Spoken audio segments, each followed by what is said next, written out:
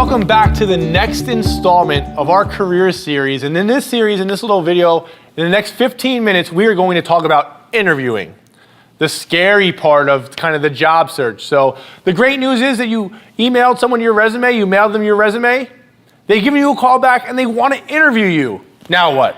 Now oh my goodness, what do I do? Who do I talk to? What do I wear? What do I say? All those things. We're going to encapsulate that in the next 15 minutes. Again, my name is Bob Bullard. I'm the Associate Director of the University Advising Services Center here at Rowan University. And we're going to take you through the interviewing journey. So first thing is you get that call from an employer and you hang up the phone and they want to interview you. Congratulations. It's such a great feeling. Go tell your friends, your mom, your dad, your aunt, your uncle, grandma, grandpa, everyone. Everyone's going to be super excited for you. And after that 5 minutes, now what? First things first, you want to know where the employer is. You want to know how to get there. You cannot be late for this interview. Please, please, please make sure that you get clear directions and also know how long it's going to take you. So for example, if you're trying to get to Philly on a Friday afternoon during rush hour, it may take you a little bit longer. Make sure you build in the extra time to getting there on time. Also though, on another point, make sure you get there in an appropriate time. Showing up to an employer 4 hours early is not going to give you the job. Make sure you get there about 15, 20 minutes early. That's appropriate. Following that, after we know how to get there, do some research on the company. Find out what they do, what's their specialties. If it's a school, what some new initiatives do they have going on that you are going to be able to speak about. So knowing where you're going, knowing the school or the company. And third, we want to make sure, what are we wearing? So this isn't rush out to the store and buy a brand new suit, buy new whatever. We want to make sure that we have a good interview suit. And this is for both men and women. For men, first, you want to make sure you have a nice dark suit, a light shirt, usually a white shirt or a light blue shirt, a conservative tie. Fellas, make sure that you are cutting your nails. Watch out for your wrist jewelry. A watch will suffice. Make sure you brush your hair. Make sure if you do have a beard or a mustache or a goatee, make sure it's well groomed. Very, very important, make sure you have nice dress shoes on. Even more important than that, make sure you have nice dress socks on. There's nothing worse than having a beautiful suit on, nice shoes, everything's polished, and you have white ankle socks on. So make sure you go out and get that pair of dress socks. Pretty straightforward for gentlemen. Again, dark suit, lighter shirt, tie that matches. Also your shoes and your belt and possibly your watch will match everything. For women, same rules are kind of in effect there, so we're going to look for a dark colored suit. Whether that's the pantsuit or the skirt suit, both are appropriate. So you want to go with whatever is more comfortable for you. Whether that's a skirt, whether that's pants, because you want to be at ease during this interview. The last thing you want to do is be worrying about your pantsuit or your skirt suit during the interview. So whatever that's good for you, dark color, same thing. White or a pastel blouse works fine. Heels, make sure that your heels are no more than 2 inches, but you still want to be comfortable. If you're comfortable wearing flats or wedges, that's great. Comfort is key there, but making sure you still look appropriate. Make sure that your hair is out of your face. Make sure that your jewelry on your wrist, limited jewelry on your wrist, earrings are going to be studs instead of hoops, things along those lines. Now that's kind of your appearance there. Other things to keep in mind, watch out for your cologne and lotion. Watch out, or perfume that day. You want to make sure that you're not wearing any. The last thing you want to do is have someone have an allergic reaction to you because of your cologne, your perfume, or your lotion. So be careful wearing that as well. So 1, we know how to get to the employer now. 2, we know what the employer does. And 3, we look great for the interview. The next thing for us is actually going on the interview. So you get there 15, 20 minutes early. Make sure you realize that the second you hit the company's grounds that your interview starts. And what that means is every person you come into contact with, you're polite, you say hello, you make good eye contact. We have so many stories of people meeting the person that is going to interview them, having them been rude to them, and realizing that when they get into the interview chair. Do they have any chance of getting that job? No, probably not, because it comes down to first impressions. We all make first impressions on people, and they happen usually in the first 7 seconds you meet someone, and it's hard to come back from that. So if you're rude to someone initially and someone sees that first impression might eliminate you from that job. So please just keep that in mind. When you get into the actual office, you're having a seat, and you're getting ready for the interview, make sure you say hello to everyone. Make sure you know who you're seeing. That's usually by name. That's very, very important. Also, for gentlemen, make sure that you just have a portfolio pad. So a portfolio or something along those lines. Women, if you're going to carry a purse, make sure it's a small purse like a clutch, something that you can hold in your hand. You want to watch out for big bags. Don't bring your book bag with you. Do not bring your book bag with you. Let me just reiterate that. So that's what you should do and have for the interview. Also, make sure you have a pen and something to write on.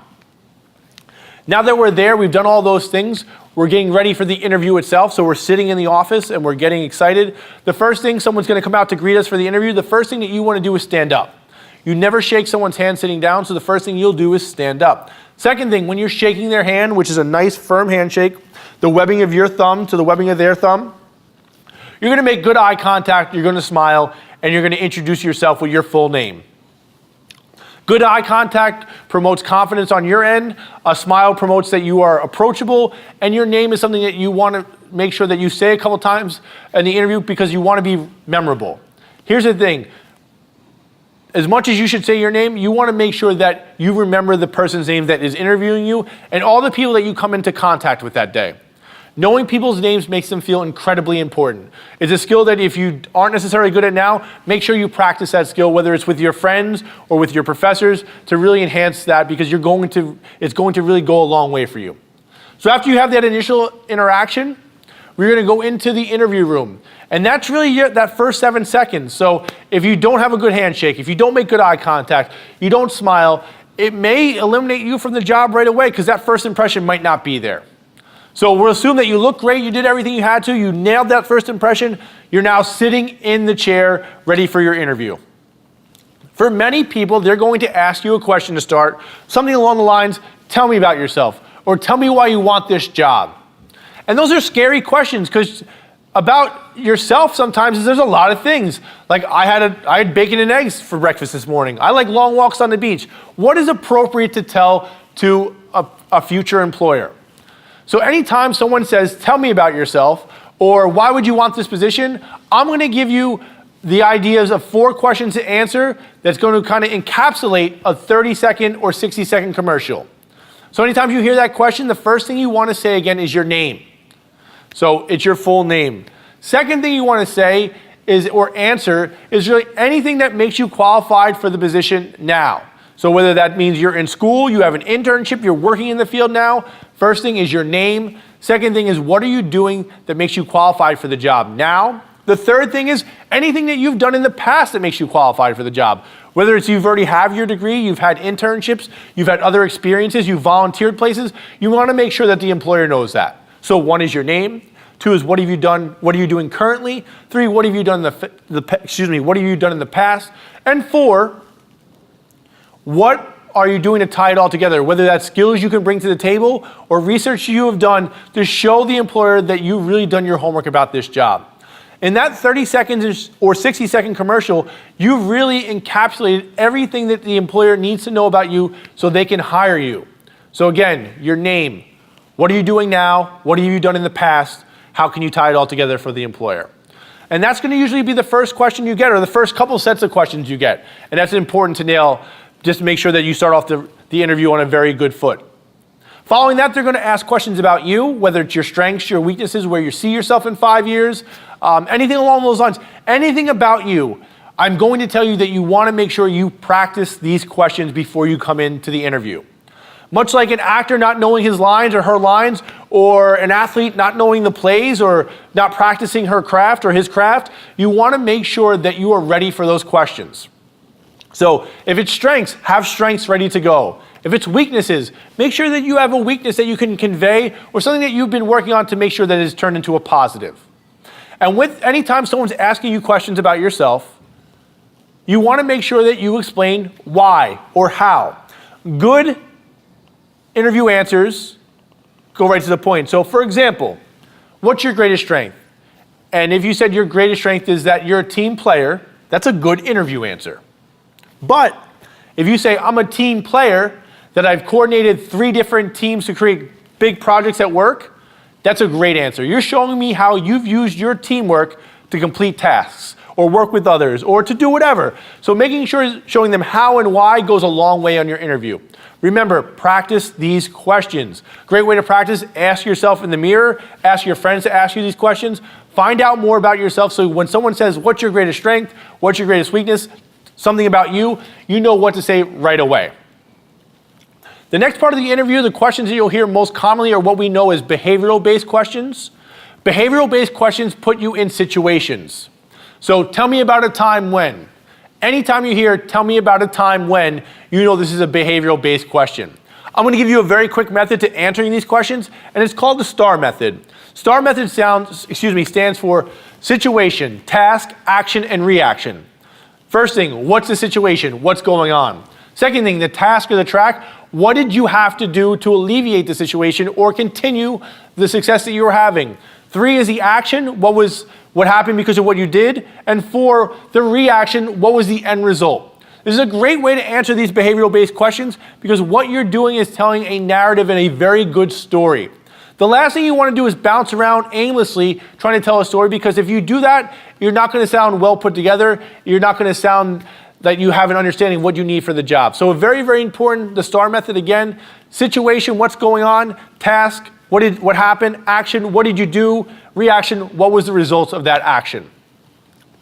As the interview goes on, they're going to ask questions along that, and you're going to get to the end of the interview. At the end of the interview, they're going to ask you, do you have any questions for us? You always want to make sure you have questions. Good questions include, what's the next step in the process? What's the day in the life working here at this position? Things about their day-to-day. Any question that shows that you've done some research about the position. One great question, a great way to kind of find out where you stand, but also tell you some more information about the job. Is there anything that you're looking for in the ideal candidate that we haven't discussed today? These are all great questions. Questions you want to avoid, anything about compensation.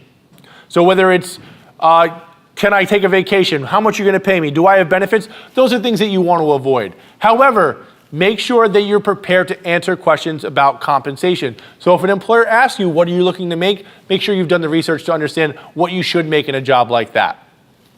Things to keep in mind is interviewing as whole. First off, think before you speak. And then when you start to answer, just answer the question. So a lot of times people think while they're answering and it doesn't lead to a very concise answer. So first, think about what you're going to say. So if I ask you what's your greatest strength, a great way to buy yourself some time to answer that, you can say, is repeating the question. What is my greatest strength? What you've done is bought yourself 3 or 4 seconds to really think about a clear, concise answer. And then when you start answering, go with that answer. You don't want to be disjointed and kind of think about, oh, no, that I could have done this, or no, I could have done that, or I could have done that. So make sure you're nice, clear, and concise while doing that. Lastly, after the interview, you want to make sure you follow up with a thank you email. Thank you email should be sent the following morning around 8 or 9 o'clock. So when that person comes into the office, that's one of the first things that they see. Following that, if you haven't heard back in a week's time, you want to make sure that you can follow up with a thank you note. So actually mailing a thank you note, just again, thanking them for their time, and hopefully that you'll get that position. So the things that we want to recap: 1, know where you're going, know how to get there, know about the company. 2, make sure you're looking the part. 3, make sure you're nailing that first impression when you meet your employer. 4, make sure you prepare for the interview. Know some questions, Google some questions that you think they may ask. Practice answering those questions. 5, have questions for the employer. And 6, be prepared to send a thank you note and follow up with them. That's interviewing in about 15 minutes. If you have any other questions, you can always practice mock interviewing by going to the Office of Career Advancement. Also, ask your advisors, ask your faculty, ask your friends. Interviewing is one of those things you get better at the more you practice. Again, my name is Bob Bullard. I'm the Associate Director of the University Advising Services here at Rowan. And if you have any questions, please don't hesitate to ask.